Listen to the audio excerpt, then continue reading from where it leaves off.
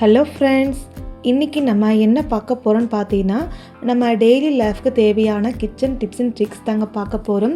Video ரொம்ப யூஸ்ஃபுல்லாக இருக்கும். ஸ்கிப் பண்ணாமல் ஃபுல்லாக பாருங்கள் ஃப்ரெண்ட்ஸ். அப்போ தாங்க பார்க்குற உங்களுக்குமே புரியும். இப்போ வாங்க வீடியோக்குள்ளே போய் பார்க்கலாம். ஃபஸ்ட்டு டிப்பு என்னன்னு சொல்லி பார்க்கலாம். நம்ம வீட்டில் கிழிஞ்சு போனால் அரிசி பயிர்னு எடுத்துக்கோங்க. அரிசி பை எடுத்துகிட்டு இது போல் நீங்கள் சின்ன பீஸை கட் பண்ணி எடுத்து வச்சுக்கோங்க. இந்த அரிசி பை நீங்கள் சைடில் வச்சுட்டு, நம்ம வீட்டில் துணியெல்லாம் வாங்கின துணி ஆட்டு பாக்ஸ் வரும் இல்லையா, அந்த பாக்ஸை நீங்கள் தூக்கி போடாமல் இது போலவும் நீங்கள் ரீயூஸ் பண்ணிக்கலாம்.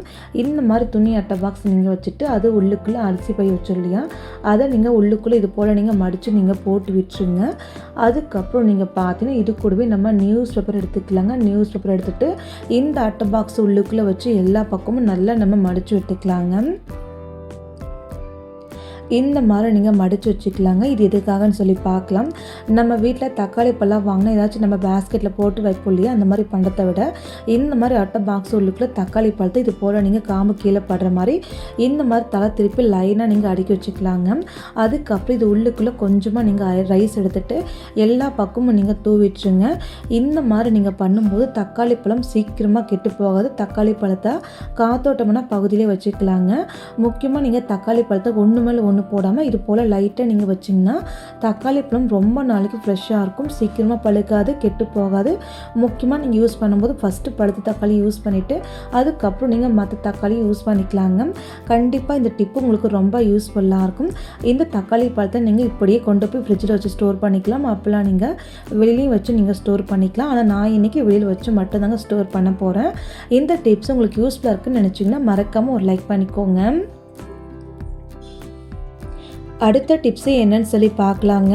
ஒரு கப்பு நம்ம எடுத்துக்கலாங்க. கப்புக்குள்ளே பார்த்தீங்கன்னா கொஞ்சம் போல் மட்டும் நம்ம கம்போர்ட் சேர்த்துக்கலாங்க. நீங்கள் 3.5 பேக்கெட் கம்போர்ட் வாங்கியிருந்தா ஒரு பேக்கெட் ஃபுல்லாகவே நீங்கள் சேர்த்துக்கோங்க. அதுக்கப்புறம் இந்த டப்பா உள்ளுக்குள்ளே கொஞ்சமாக தண்ணி சேர்த்துட்டு அழைச்சிட்டு இந்த கப்புக்குள்ளே நான் ஊற்றிக்கிறேங்க.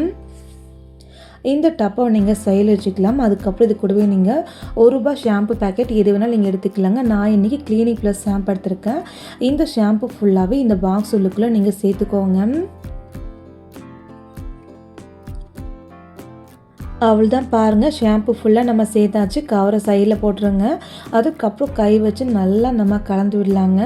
நீங்கள் கலக்கும்போது பார்த்தீங்கன்னா நுர வரக்கூடாது. நுர வராத அளவுக்கு நல்லா நம்ம கை வச்சு லைட்டாக நம்ம கலக்கி விட்டுக்கலாம்.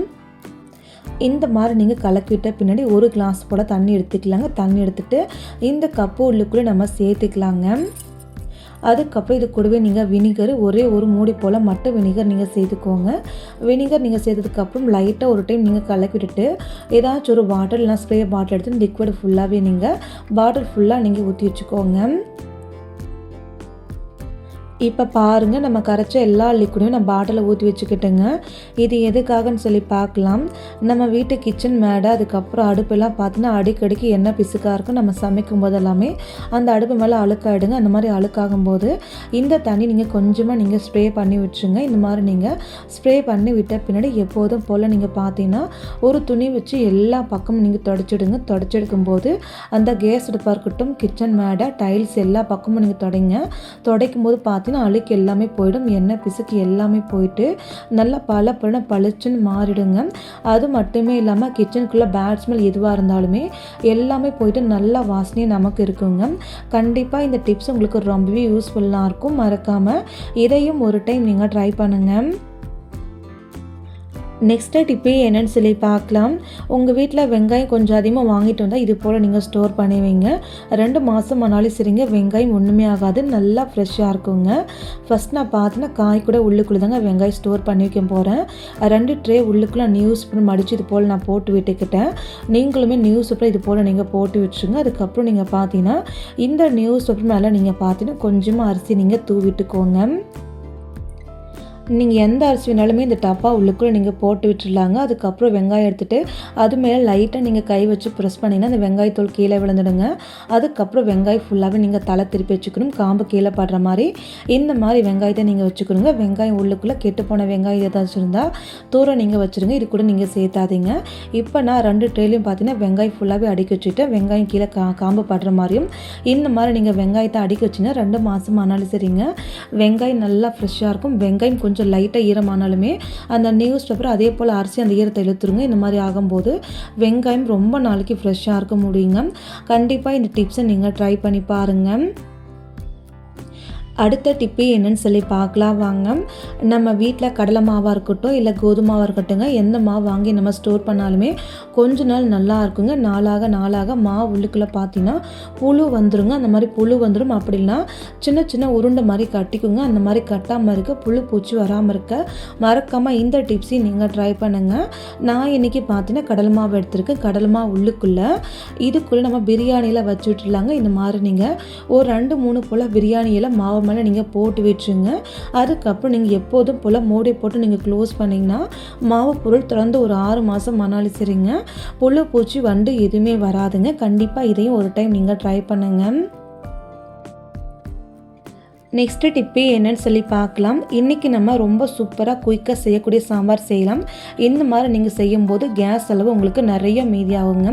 அது எப்படின்னு சொல்லி பார்க்கலாம். நாம் இன்றைக்கி சாம்பார் செய்ய போகிறோங்க. சாம்பார் செய்யறதுக்காக ஒரு குக்கர் எடுத்துருக்க. ஒரு 10 நிமிஷம் போல் பருப்பு எடுத்துகிட்டு நல்லா வாஷ் பண்ணிவிட்டு ஒரு 10 நிமிஷம் போல் மட்டும் ஊற வச்சுருக்கேன். 10 நிமிஷம் ஊற வச்ச பருப்பை நம்ம குக்கருக்குள்ளே சேர்த்துக்கலாம்.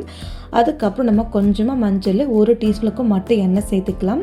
இது கூடவே நம்ம மிக்ஸி மிளகாய்த்தூள் உங்களுக்கு எவ்வளோ காரம் தேவையோ அதுக்கேற்ற மாதிரி நீங்கள் சேர்த்துக்கோங்க. நான் இன்றைக்கி 1 டீஸ்பூனுக்கும் மட்டும் மிளகாய்த்தூள் சேர்த்துருக்கேன்.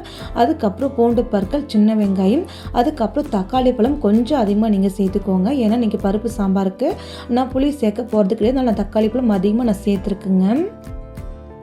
இப்போ நம்ம தக்காளி பழம் சேர்த்தாச்சு. இது கூடவே நீங்கள் ஏதாச்சும் வெஜிடபிள்ஸ் வச்சுருந்தீங்கன்னா வெஜிடபிள்ஸுமே இதுக்குள்ளே நீங்கள் சேர்த்துக்கலாம். நான் இன்றைக்கி முருங்காய் சேர்த்துட்டு தேவையான அளவுக்கு மட்டும் கல்லுப்பு சேர்த்துக்கிட்டேன். அதுக்கப்புறம் நீங்கள் எப்போதும் போல் பருப்பு வேறளுக்கும் நம்ம தண்ணி சேர்த்துக்கலாங்க. அந்த காய் எந்த அளவுக்கு இருக்கோ அந்த அளவுக்கு மட்டும் நீங்கள் தண்ணி சேர்த்துக்கணுங்க. பாருங்கள், தண்ணி நம்ம சேர்த்தாச்சு. அதுக்கப்புறம் ஒரு கரண்டி எடுத்துகிட்டு லைட்டாக நம்ம நல்லா கலக்கி விட்டுக்கலாங்க. இந்த மாதிரி நீங்கள் கலக்கி விட்டதுக்கப்புறம் எப்போதும் போல் நீங்கள் குக்கர் மூடி எடுத்துகிட்டு எப்போதும் போல் கேஸ்கட் போட்டுட்டு கரெக்டாக நீங்கள் 2 விசில் மட்டும்தாங்க வச்சு எடுக்கணும். அதிக விசில் விட்டுறாதீங்க. பாருங்கள், 2 விசில் மட்டும்தாங்க வச்சு அதுக்கே பருப்பு நல்லா வெந்திருக்கு. அதே போல் காய் எல்லாமே பூ மாதிரி வந்திருக்குங்க. இந்த காயெல்லாம் பார்த்தீங்கன்னா ஒரு கரண்டி வச்சு காய் ஃபுல்லாக ஒரு கப்புக்குள்ளே எடுத்து வச்சுக்கோங்க. அதே போல் இந்த தண்ணி ஃபுல்லாகவே அதே கப்புக்குள்ளே நீங்கள் ஊற்றி வச்சுக்கோங்க. இப்போ பாருங்கள், காய் தண்ணி எல்லாம் இருக்குல்லையே, காய் எடுத்துகிட்டேன். தண்ணியுமே நம்ம வடிகட்டிட்டு எப்போதும் போல் லைட்டாக நீங்கள் ஒரு மற்ற வச்சு நீங்கள் கடைஞ்சா போதும். நான் எப்போவுமே பருப்பு சாம்பாருக்கு பருப்பு நைஸாக கடைய மாட்டேன். 1 மதியமாக கடைஞ்சி வச்சுதாங்க பருப்பு குழம்பு ரொம்ப டேஸ்ட்டாக இருக்கும்.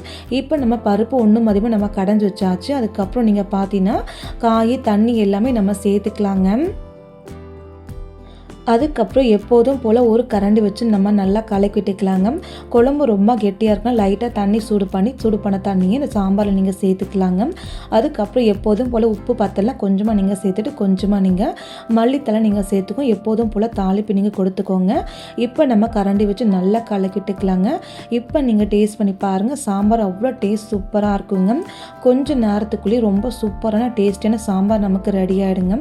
இந்த மாதிரி நீங்கள் செய்யும்போது நமக்கு கேஸ் பார்த்தீங்கன்னா அதிகமாக செலவாகாது. கொஞ்சம் நேரத்தில் நல்லா டேஸ்டியான சாம்பாருமே நமக்கு ரெடி ஆகிடும். கண்டிப்பாக ட்ரை பண்ணுங்கள், மிஸ் பண்ணாதீங்க. நெக்ஸ்ட்டு டிப்பி என்னன்னு சொல்லி பார்க்கலாம். பொதுவாக நம்ம வீட்டில் எந்த அரிசி வாங்கி நம்ம ஸ்டோர் பண்ணினாலுமே ஒரு 3 மாதமோ 6 மாதம் மட்டும்தாங்க ஃப்ரெஷ்ஷாக இருக்கும் அரிசி. நாளாக அரிசி உள்ளுக்குள்ளே வண்டு புழு பூச்சி எல்லாம் வச்சுருங்க. அந்த மாதிரி வைக்காமல் இருக்க இந்த ஒரு டிப்ஸை நீங்கள் ட்ரை பண்ணுங்கள். ஃபஸ்ட்டு நீங்கள் அரிசி வாங்கிட்டு வந்தோடனே அரிசி ட்ரம்முக்குள்ளே அரிசி ஃபுல்லாக நம்ம கொட்டி வச்சிடலாங்க. அதுக்கப்புறம் நீங்கள் பார்த்தீங்கன்னா அரிசி எடுக்கிறதுக்கு அளவு வச்சுருப்பீங்களே, அதை வச்சு மானம் கிளாஸு அதை நீங்கள் அரிசி ட்ரம்முக்குள்ளே நீங்கள் போட்டு வச்சுருங்க. ஏன்னா அப்போ தான் ஈரப்படாமல் இருக்கும்.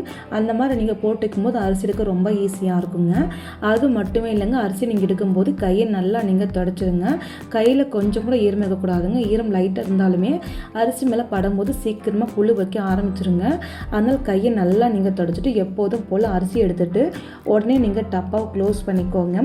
அதுக்கப்புறம் அரிசி ட்ரம்மு உள்ளுக்குள்ளே பார்த்தீங்கன்னா பட்டை நீங்கள் சேர்த்துக்கணும். நான் இன்னைக்கு கொஞ்சம் அரிசி வச்சுக்கிறதுனால கொஞ்சம் பட்டை மட்டும் எடுத்துகிட்டு அரிசி உள்ளுக்குள்ளே அங்கங்கே வச்சு விட்டுறேங்க.